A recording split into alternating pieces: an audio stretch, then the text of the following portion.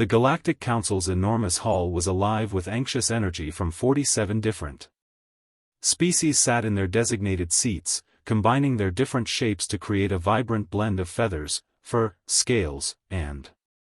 Oddly enough, the emergency meeting was called without warning, and everyone was curious as to why Ambassador Kale of the Altari Federation occupied the central stage. His normally composed manner and azure complexion appeared pale today. The Altari, who were renowned throughout the galaxy as benign explorers, appeared shaken.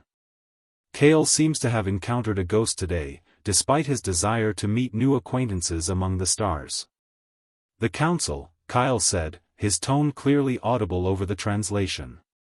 Gadgets, I am here now to share some critical news with you. Our exploration fleet has found a new species on the outer periphery of the galaxy. They refer to themselves as humans, and Earth is the name of their planet. New species were usually thrilling news, and there was a murmur across the assemblage. It was still rare and amazing to encounter sentient life in such a huge cosmos. General Vex of the event, the majority of representatives leaned forward with interest. Draenus Empire rose from his chair. The enormous reptilian warrior was almost twice as tall as the majority of other creatures in. His golden eyes and crimson scales shone in the room under the chamber lights. Predatory attention focused on Kale. New species mean new regions, Vex uttered in a deep, rumbling voice, new resources, new worlds to bring into the Empire, which is great news. A number of other delegates nodded, and the Draenus Empire ruled 50 star systems and was constantly seeking to increase their military power, which was unparalleled in the known cosmos. Had never been defeated in combat, but Kale angrily shook his head, saying, "No, General, you do not recognize that these people are unique and dangerous in ways that we have never seen before." The general of the Draconi section burst out laughing. The proposal amused Vex officers because the Altari were known for their caution. However, even for them, this sounded excessive, dangerous? Vex continued to ask. With all due respect, Ambassador, your people sense danger in their own shadows. Kale's hands trembled as he considered what one primitive species may do to challenge the powerful Draconus Empire. Turned on the holographic display that showed blue and green pictures over the podium. The world showed oceans and continents that were strikingly similar to those of numerous other inhabited worlds. Quietly, Kyle remarked, "Let me tell you what we found. Earth is a beautiful world. When our ships first arrived, we anticipated discovering a tranquil civilization that was abundant in resources and ideal for living.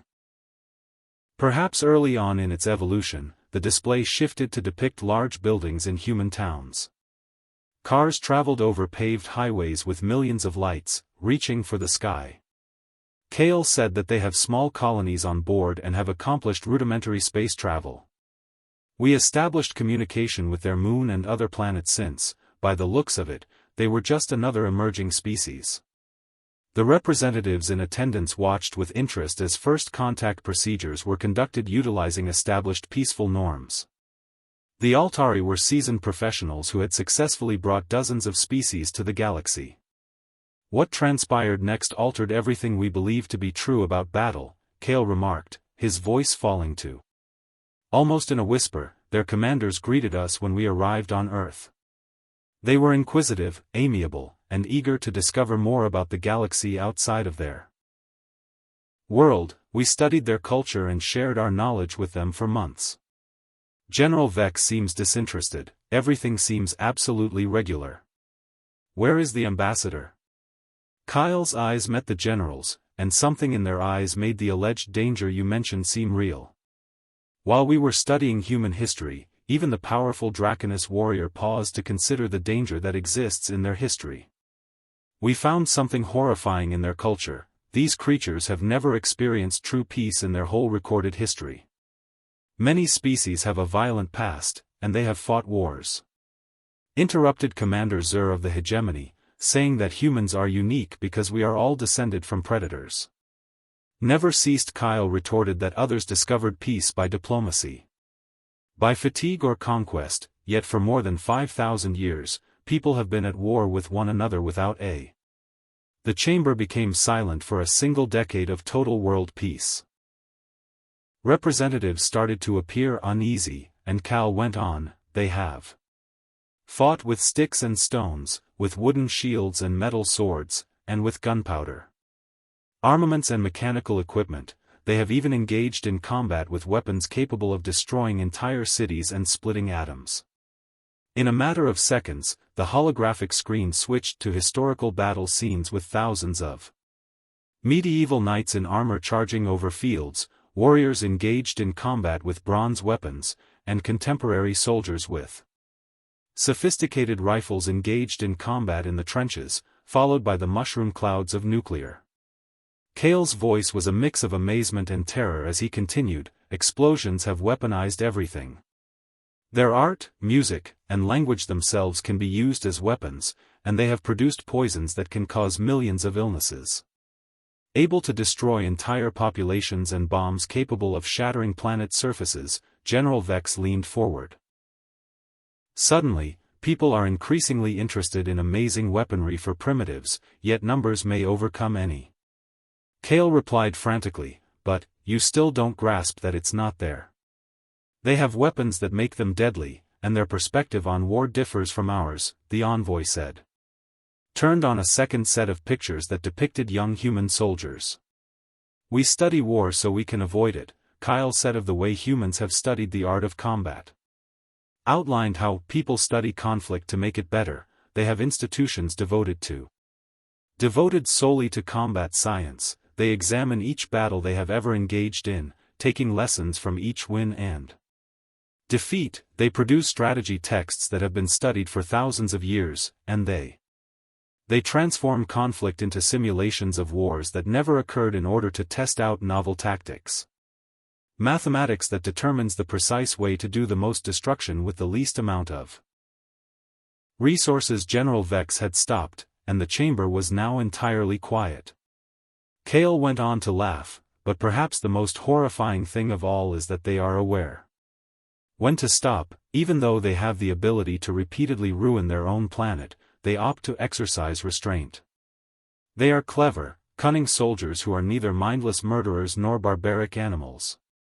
Cale gazed straight at General Vex when our galaxy's leaders realized the actual cost of war. After the cultural interaction was over, I questioned their military leaders, do you know what would happen if Earth were attacked? The commander assured me that they would not wait and that there would be no waiting.